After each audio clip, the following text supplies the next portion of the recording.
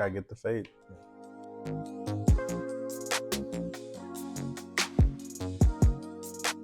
Welcome back to Flipping Tables, guys. We're excited to have you guys here. We are your hosts. This is Javi and I'm Fern. We hope you guys are having a great time, a great week, and a great everything. Today, we're going to be doing something a little bit different. We're going to be talking a little bit about ourselves. Yeah, like Fern said, today we're just going to be talking about who we are, a bit of our testimonies, so you guys could get to know us a little bit better. So why don't we kick this off by you telling us a little bit about who you are, what your function is in the church, and a little bit more about yourself. Yeah, I'm one of the youth leaders at church. I'm part of the youth group, which is middle school class to high school. I'm also part of the leadership group for the young adults, which is like college students. I'm part of the worship team. I've been in the worship band since I was 11 years old, so roughly 19 years now, right? I'm a drummer, so I've been, doing that for a long, long time.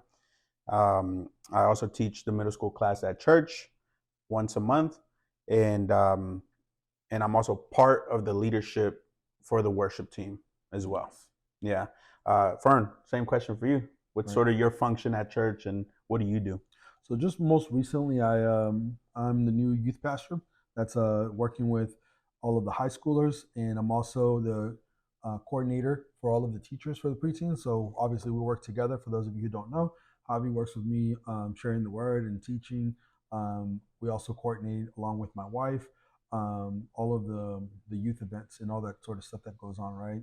But before that, I spent about 1.5 years just being a teacher coordinator and teaching as well as preparing others to teach. And then before I stepped into that role, I was in the worship team for, I want to say, about 12 years doing worship while working with the youth for a little bit over that. So altogether, if we were to put it all together, it's been a little bit of over 20 years of service that we've given into the church. And I want to say, it's been one of the biggest blessings in my life to be able to serve. On top of that, I'm also a father of 4. I have my kids range ages from my 20-year-old who just turned 20, right? I have a 16-year-old son. I have a 10-year-old son. I have another 8-year-old boy. So like they, it's a big range, So on top of being a father, a husband, and a youth pastor, those are my functions at the moment. That's cool, bro. And so I know you said you've been serving around 12 years, 12 plus, right? A little bit. With the youth itself. Right. So when you first started serving, like what made you say, like, I want to get into that? I'll tell you what, like, it's crazy how things happen, because our plans are not always the best, right? And the word says that God's plans are not always our plans, and our plans aren't always his, but he always has better plans for us. For me, it goes all the way back to, when I got married, started coming to church. My wife was really big on worship, and she was like, "Oh, I want to be part of the worship team. I want to start singing." She was like, "Come with me," and I was like, "All right, cool, man. I'll go up, boy. I'll be there." So I would go to her and I'd go to practice. And I remember we sit at Pastor's house in his basement. They'd be practicing all the time. Eventually, I found her clarinet, right, and dusted it off. It had been sitting in her closet for quite some time. And eventually what I ended up doing is trying to figure out how to play it, Went to the store and they're like, "That's not a clarinet. That is a soprano saxophone." They were like, "Well, she had a book for a clarinet, so that explains why she never learned how to play it. She can never get the sound out, So they finally gave me the correct reeds and I started playing. And I started just kind of messing with it.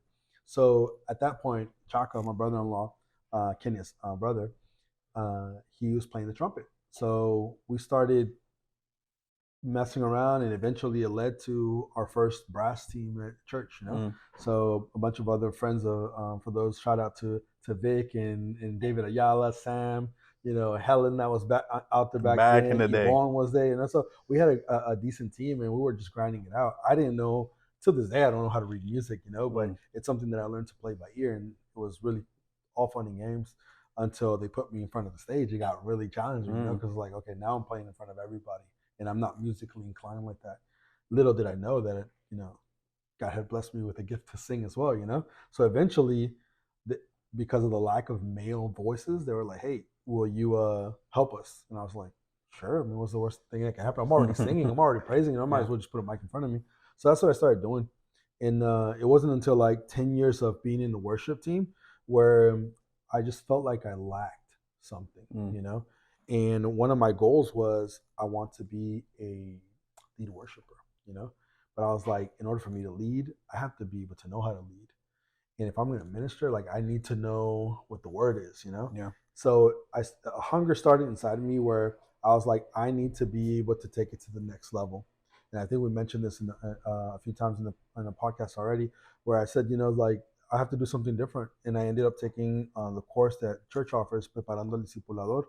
And my intention was for me to just learn how to read the Bible properly, how to write notes, how to Yeah. grow, how to really take it in, you know.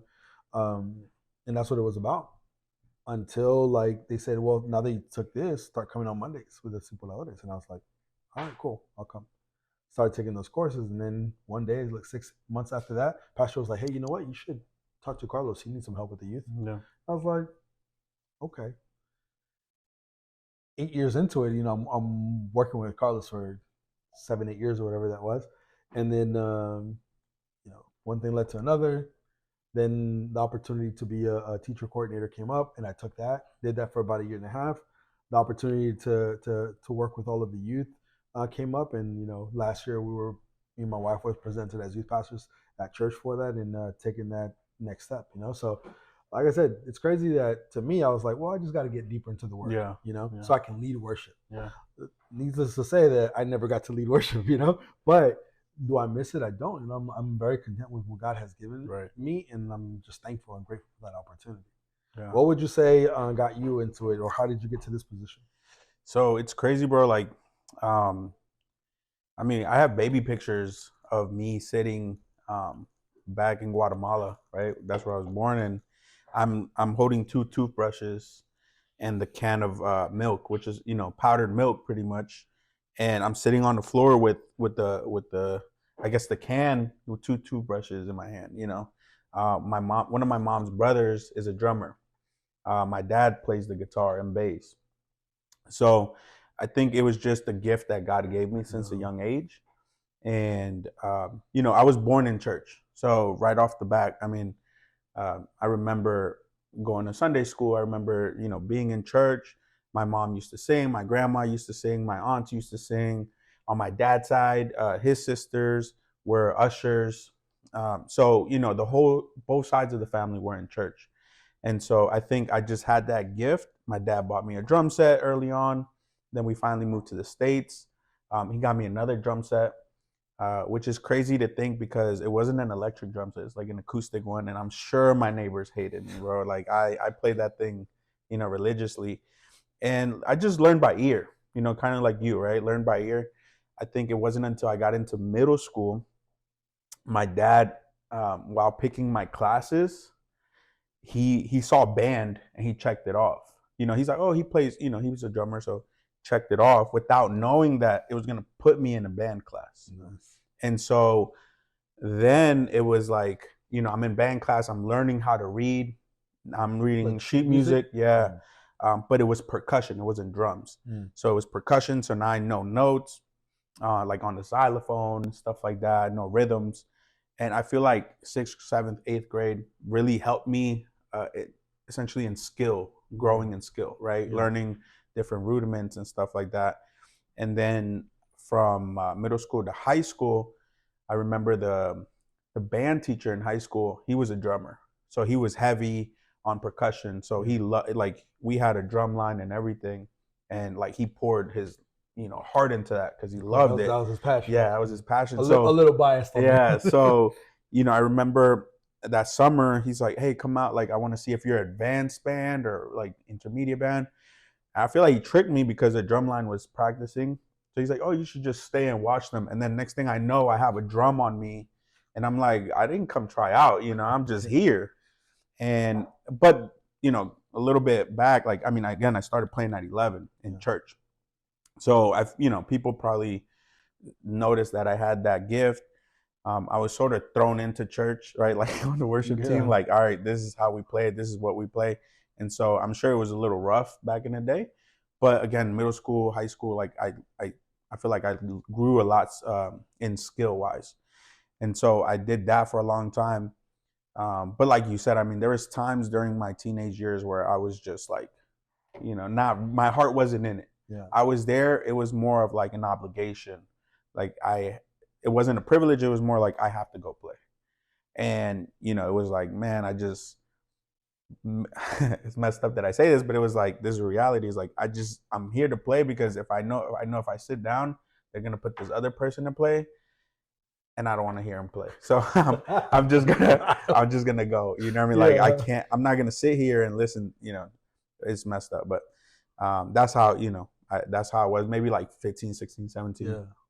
And during that time again, God has spoken over my life. One year after the other about what He wanted to do in my life. And I also knew like I don't want to be a 40-year-old drummer. Like I don't want to be that guy who just played the drums forever. And but that's how I was introduced into the worship. And little by little, like you said, I remember you approached me. You said, hey, I want to be a teacher. I want you to be a teacher. And so I'm like, oh snap, now that means I have to read the Bible. Now that means I have to know what I'm teaching. you know and so I think I remembered the words and the promises that I had received from my teenage years, and I started putting those into practice. I also took the course that you're talking about, which is preparing the discipler, right? And so they teach you not just like Bible stories, but they teach you how to prepare a lesson and how to deal with people and questions. And so I really learned a lot from that. And so yeah, that's part of how I got into that, Yeah. that aspect. Let me ask you, what would you say was your first encounter? And I know you said that you grew up in church. You saw Yeah, your parents, you saw your family serving. For me, it was a little bit different, yeah, right? yeah, For me, I remember at a young age, the memories I have that we visited different churches. Some were Pentecostal, some were Baptist. Um, I think at one point we might have even went to a Catholic church, but there was never any consistency. yeah, And I didn't see and I heard of my dad, who was actually one that introduced Aleem, and I praise God for that. yeah, That he introduced Aleem to our family. I heard that he used to sing. He used to do a couple of things. I never got the opportunity to see it firsthand. Where he was into church and doing it. yeah, Um, but I did hear about him seeking God in his own when he wasn't with us, because yeah, we didn't really grow up with him like that. But I saw my mom, someone who, even though we were not like consistent churchgoers, I would see her. She would pray, she would do her thing every now yeah. and then. And again, it wasn't something that was consistent, but from afar, I knew what it was. I just never really had an encounter. Mm. What would you say to you? What would you say that your first encounter was, and what was it really like? Man, it's crazy. Like because I was born into it, I don't think I can remember it. Because I was so young. So again, like I remember back in Guatemala, I mean, my mom would go up to sing with my grandma, and then she would say, "Hey, sit here, sit here and wait till I come down." Yeah. And I would fall asleep on the chairs. My aunts would come and say, "Hey, come with me. You're knocked out on the chairs." I'm like 3, 4 years old, but I was very obedient. So I would be like, "No, my mom said I had to wait, right?" And so I would wait till my mom would come down. So I think just being in it so long, but I definitely have to say, um, and maybe I didn't quite understand at 11 years old, like what that privilege was, right? I'm Yeah. just like, I'm drumming, it's church, I'm drumming, I'm so used to coming here. But I would say maybe like around 13, 14 was when I started to get an understanding, right? Yeah. Like where now in school we're talking about deeper stuff. It's not just kids and cartoons and just playing with toys or having fun outside, right? Now it's like people are talking about sex and people are talking about smoking and drinking. So I think that's where I feel like my mind and my eyes were open to certain things. And so I think maybe I would say early teenage years was when I first had my first encounter with God. And then that's when I first started going to like youth retreats. And obviously in youth retreats, for those who have gone, know that God moves in an amazing way, right? Like super powerful. The Spirit moves, the Spirit touches Mhm. us, and transforms us. So I think that's probably one of my favorite memories. As a teenager, going to youth retreats, even though I was serving because I was part of the band, I still had times where I didn't have to serve, and I would be on the receiving end. And so yeah, I think just that's probably one of my uh, an encounter that I remember is just being at retreats and God speaking to us, or just showing us His love, and crying and we don't know why we're crying and Right. stuff like that. Now for you, I know you mentioned kind of quickly you didn't really grow up in church. Do you remember when you had your first encounter? Yeah, I want to say like I was probably like around 14, 15 when I first started hearing, or better yet, I'll take that back. Obviously, I saw it and heard about it, right? Okay. But when I started getting the curiosity, like, yo, I really want to know what this is Hmm. about, and I started like sort of like digging into what the whole religion thing was. I want to say I was maybe about 14, 15 when I started kind of getting curious about it. But I want to say it wasn't until I went to Elim where I was like, this is different. Again, my Spanish wasn't great. I didn't really start reading and getting into Spanish like that until I was like, what, 18, 19 years Oh old, something wow. like that.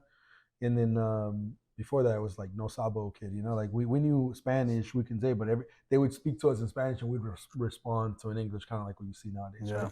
So it was kind of like that. But I want to say that when I came to the first youth retreat, I wasn't had no intentions of even coming to it. I wasn't going to church like that. But my sisters said, "Hey, we need a ride." They had already been going to some retreats, and one of the things that made me say, "You know what, I'll take you," but in reality was like, "I want to see what it's about." Was I saw my sisters changing.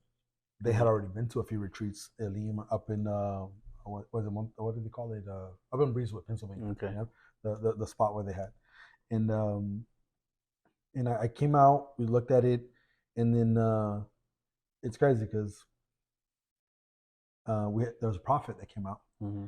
and my guy started calling people out on some of their stuff. So like that whole weekend was just one wild event, and to me, I was just shook because I had never seen anything like that. So I was like, "What is going on here?" Yeah. I think at one point I was like, "Yo, they got a wizard here! Like this guy just knows everything. He's like reading minds," Yeah. because I didn't have the understanding of what it Yeah. was, What right? it meant. So at Yeah. the moment, I was just like, "Yo, this one, like this is crazy. What's going on here?" But it wasn't until like that whole weekend went by, like where I really saw a whole different angle of God's power, and like you said, His presence. I felt God's presence for the first time there, and it was something that was very tangible, something that was very thick in the Yeah. place. And you can't even say it was a building because it was like out in like a A big tent. open tent type of Okay. thing. So it was like it wasn't just the environment itself; it was just His presence, and it was so overwhelming for myself because I had never felt anything like that I was like, I need more of that. Hmm. Like I need to know what that was, and I need to really find out what it was, and that's what really what sparked everything in me Yeah. to really start seeking God at that moment. So it was because of your sisters, not really. Again, you didn't really grow up in church that constant, but Yeah, it was because of your sisters. yeah. Like, what change did you see in them that you were like that you actually noticed it, right? That like, what was it? One of my sisters is gonna kill me for saying this, right? But like, I had a sister. I don't want to say names, so I don't Yeah. get in Don't say trouble, the right? name. I had a sister like when I used to see her, like she was the type of girl who I want to say like the whole emo vibe type of thing, but like black nails, bracelets, chains, like just her persona was day and night from one to the other, you know, and she was a very I don't want to say confrontational. She was always looking for problems. Hmm. But if you said something to her that was wrong, she was going to stand up for herself and blur it Yeah. out. So when I started seeing character change, her appearance change, the way that she spoke was a little bit Mm. more softer and all that stuff. I was like, who is this? Like, this is Mm. different. This is uh, I, me and my sister, like we're like this, right? So I was like, this she's so different. And my other sisters were going too. Don't get me wrong; they were making changes. But because I was so close to my older sisters, like when I saw it, I was like, "Yo, this is different. This You is note it. You would yeah." note it. Yeah. Again, because we had gone to different churches. She has a close friend who now I'm giving it away, right? Who's a pastor's daughter, and they're so close. We had already like been visiting people and we had been to different churches, but nothing this like dramatic. Okay. So to me, that's what stood out, the Yeah. change in her. And I was like, she's changing so much. Like, I wonder if there's a change for me, Hmm. and maybe maybe didn't like vocalize that, but I think internally that's what I was looking for, a change for myself. Mm. So Javi, how would you say that you have grown from what your recollection of when you started to where you're at right now, how would you say that you've grown with God under Him and with His guidance? Yeah, I mean, I think my like I had a good base, right? Again, born into church, my parents served, even though my dad stepped away, and this whole thing. But I think having starting from my grandmother, my mom's mother, who was a big believer, had strong faith, and she passed that on down to her kids, Mm-hmm. and then my mom, being very like I think no games around her. She would pray every night with us. She would help us memorize Bible verses, all this and that, right? She was a teacher while we were growing up in Sunday school. So, um, obviously, having my own relationship with God, right? Again, I started serving from a kid, so I think that sort of set the tone for my life, Yeah. right? Because I to be honest, growing up, I didn't really see myself outside of church Yeah. or see myself in a different church, right? Like I think once we moved here to the US, we found this church that literally had just been started, like had just been founded. And so like we made it our home. And so we were fortunate enough to have that experience. And then from serving and worship to now being a teacher to youth leader, I've grown so much, and it's through life experiences. Right. Maybe I wasn't out on the streets, or maybe I didn't mess with drugs, or maybe my dad wasn't in my dad was part of my life. Yeah. He provided and everything despite my parents divorcing. But um, I think we are like life is still tough in your own ways. Yeah. You know what I mean? Because we compare ourselves to our friends and what they have. They're married, they have kids, or they're making this income. And so God still comes through for you in those times. I think the way I've grown with God is my relationship to Him. It's not just seeing Him as like a God that's in church and then I just serve Him. Yeah. But now I see Him like He's my friend, He's my father, He's my provider, and so I've grown with Him through the experiences that I have. Yeah. And the other day I was reading in Genesis about Joseph, right? Joseph's story, and at the end when he finally came out and told his brothers who he was, Yeah. right? This verse really jumped out, and it said, don't be angry and don't be upset with yourselves for selling me, because it wasn't you, it was God sending me ahead, Yeah. in order to preserve your life. Yep. And so, even through the things that I've experienced, my relationships, jobs, having to, leave school behind in order to have two jobs and to help ends meet at home. um, I think God has really come through for me in that sense. Yeah. I've had jobs where, I mean, I went to school, I graduated, went to college for 2 years, but didn't really graduate from there, and I just left. And now I'm in a career, where I never would have imagined or thought about, or even I would say even prayed for, But God opened those doors, and I've seen Him, and so I've grown closer to Him because I know it's not me. Yeah. It's really Him opening those doors. It's really Him taking care of me. It's really Him saying, like, remember all those promises, or maybe those prayers that you were really saying something else, but I see a bigger picture. Like, this is me doing that for you. Yeah. And so I think that's how I've grown with God. I can trust Him. I can talk to Him. Again, not every prayer is pretty. Yeah. Sometimes I'm literally like talking to God like this, like, "Yo, what's good, bro? Like, Yeah. are you gonna make this happen for me, or when are you gonna make this happen?" Like, so I'm talking to God like that sometimes, and I think that comes with a close bond, a good relationship. Not disrespectful, but just knowing that who He is for me. Yeah. Um, with that being said, you didn't have the same upbringing as me, but how have you grown with God after your first experience?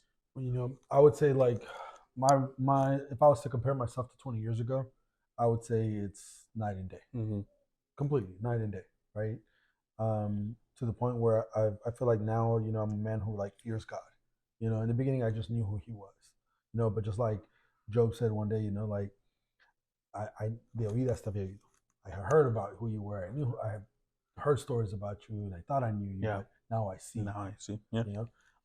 And something you said right now about Joseph and his story, kind of stands out to me because there's another part to what he says to his brothers on top of what you just mentioned, where he says, everything that you guys meant for evil, he turned it and he used it for good, you know?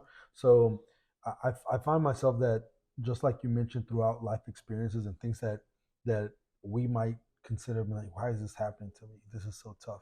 I learned to understand that it's sometimes it's tough love, you know. Sometimes he just allows things to happen, but it's because it builds character. So I would say, like, I would say sometimes I can be a little tough. I can be, even with my kids, I'm a little tough on them. I set high standards, maybe not because I set them myself, but because God has shown us that we're called to do something a lot better than what we have been. We haven't been up to par to what He's calling us to do, So I would say that consistently my relationship with God continues to grow. And the more I dive into it, it's like the more I see where I lack. It's like kind of like when you get closer to the light, when you're in the light, you can see when your white shirt is dirty. If you're just walking in the middle of the night, everyone sees a white shirt. But the moment you come into the light, there's a lot of stains and stuff like that. So it's like the closer I draw to Him, the more evidence the flaws are, and it allows me to really tackle those spots. So I would say that my relationship with God has been where I've seen the most growth. Where I'm at with that, but it has propelled me to be a better father, to be a better husband. And I had conversations with my wife earlier today, because this is a week where we're fasting and we're kind of going to. So me and my wife has been really like sitting down and kind of diving into our relationship and the things that we need to work on. And when you put it into perspective, it's like, I think I'm doing a great job. I think I'm doing really good, but she might not see it that way, And sometimes it's not so much of what you do; it's really about what God does through you. Because I can sit here and say, "Oh, look, I do this and I do that at church, and I have so many things that I'm in charge of, and I manage so many people, and that's all great and dandy." But to come to an understanding that you're still not to where you need to be. You're still not hitting, no estás dando esa medida. So that's always one thing that I love, that I always feel that from God, that He consistently speaks to me in the sense like, cuando me examino and I'm looking in, I find it and He speaks to me like, this is an area. You have to work on that. So there's always room for growth, and I feel like that's probably the best part, where I continue to grow, and just when you think you're hitting a stride, you're like, okay, there's still more. There's still more. But you don't feel it like a burden. So even when it comes to the stamina, if you want to use that word, right? The stamina that I have in my faith, it's also changing, because I want to say that in the beginning, as a husband, you sometimes you have failures. Sometimes you don't provide like you feel like you should. One thing that I've always strive for is to have my wife stay home and watch our kids, which is, I mean, we live in a very expensive county. It's top 15 in the nation, most expensive counties, like in the top 15, and all the surrounding counties are just as expensive. So like, to be in a place like this and to be a home of a single income coming in, it's not the easiest thing. But because I've set such high standards for myself and for my family, when I come up short, and you start to feel that, and it starts to like, you start to feel a heavy burden on it, that's when you are like, you feel like you're falling apart. Sometimes you take your sight off of God, and remember that He's the one who got you here. So it's not until you kind of like sit there and you be like, okay, it's not about me, it's about what He's doing through me.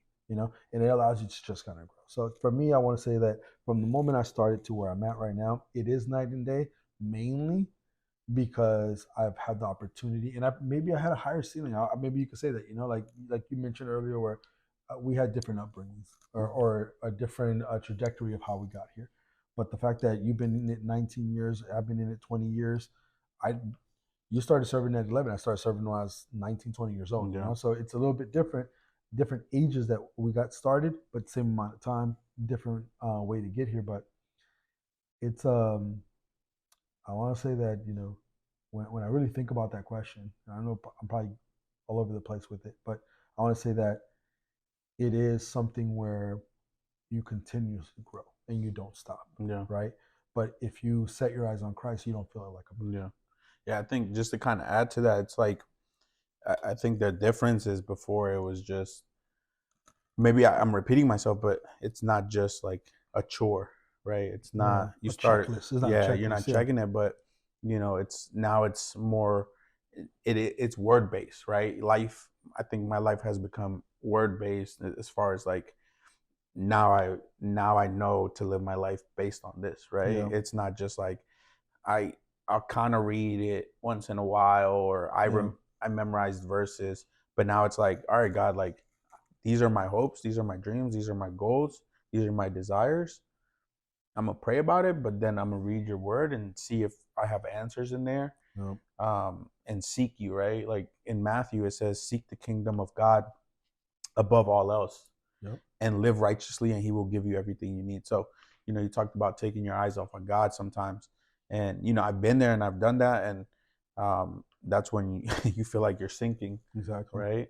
And that's what happened to Peter, right? When he took his eyes off of God, and he was walking on water with God, with Yeah. Jesus, right? And so I feel like, yeah, from 11 years old, let's say, when I started serving to where I'm at now, yeah, big difference, night and day too. Um, so with all that being said, Fern, like, who is God to you? What does he symbolize? And that's a great question. I wouldn't say that today, he has so many titles when it comes to my life. And I'm not just talking about Yah and Yahweh and all these things that like everyone knows, right? But to me, it's like he's my provider, you know. But more than any, he's like the substance that I need on a daily Mm. basis. I love what you said right now, where you live off scripture. I feel like that's the same for me, like even when it comes to disciplining my kids, when to take course, when to take action, when to, well, like all those things. I want to say like, camera on and everything. I'll say, I'm one to spank my kids, and I've spanked my kids since they were little, Mm-hmm. right? But something that's so different to the way that I grew up is I was beat every time we did something wrong. It was a beating, and there's a difference between discipline and child abuse. You know what Yeah. I'm saying?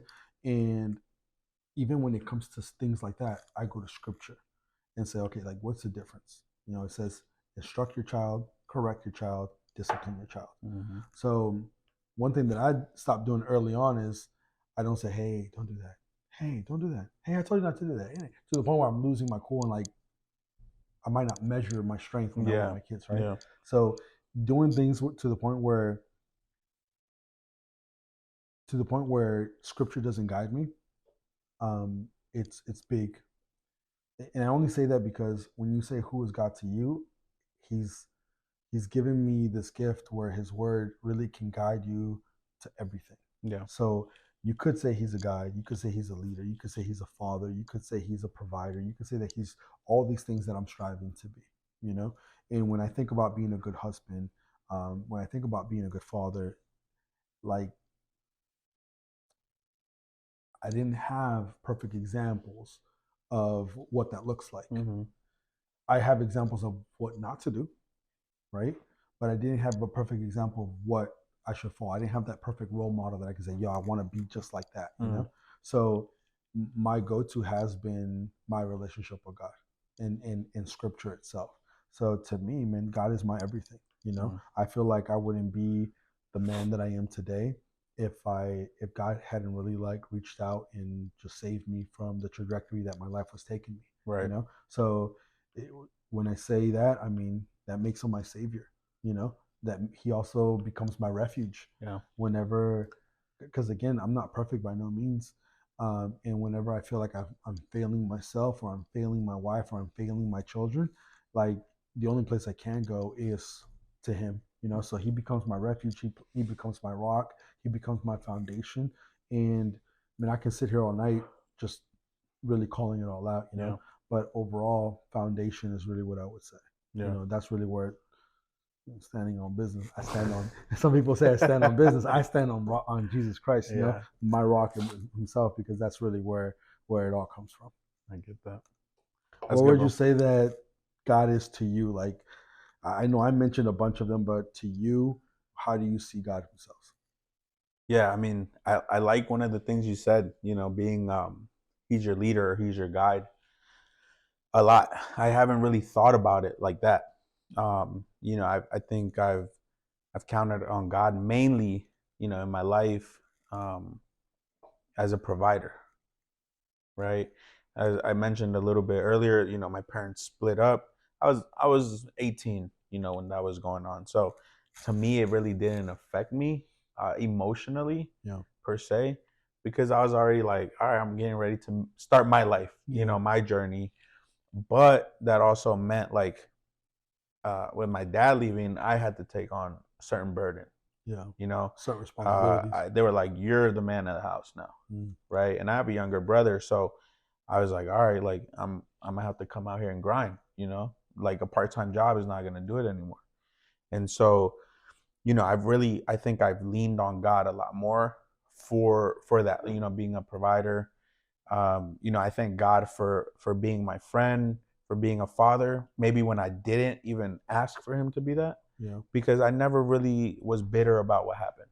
I was never really like salty about why did my parents get divorced or why do I have to take on this responsibility. It was just the mindset of like, yo, this is the life that I I got, and so I have to make the best out of it. And so Make lemons with lemons, yeah, right? Make lemonade. yeah, make some lemonade. So it was like, but I really always leaned on God, like, all right, like you're my provider, like I didn't finish school. Like I have big dreams, you know what I Yeah. mean? Like I'm trying to get somewhere, and how am I gonna do it?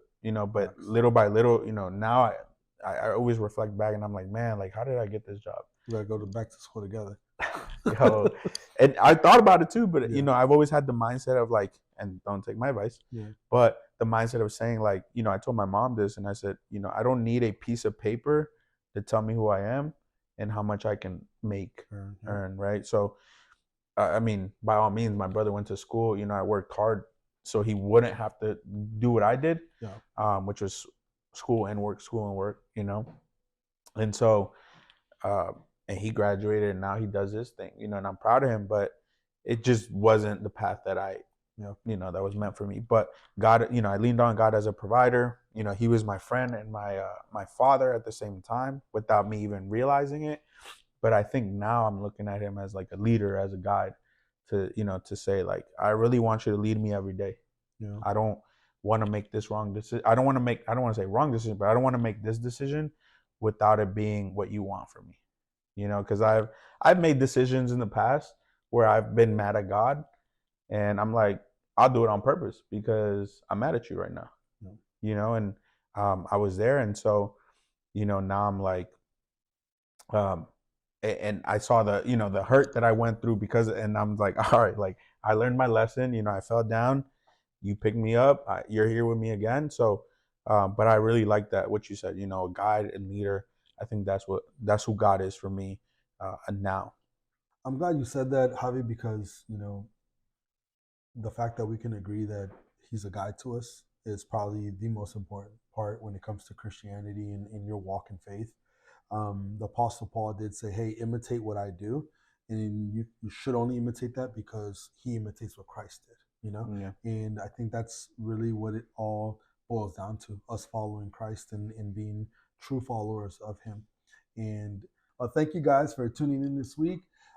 We pray that this message blesses you as much as it's blessing us. And please share it with a friend. Yeah. Please don't forget to like, to comment, and subscribe. We'll see y'all next week.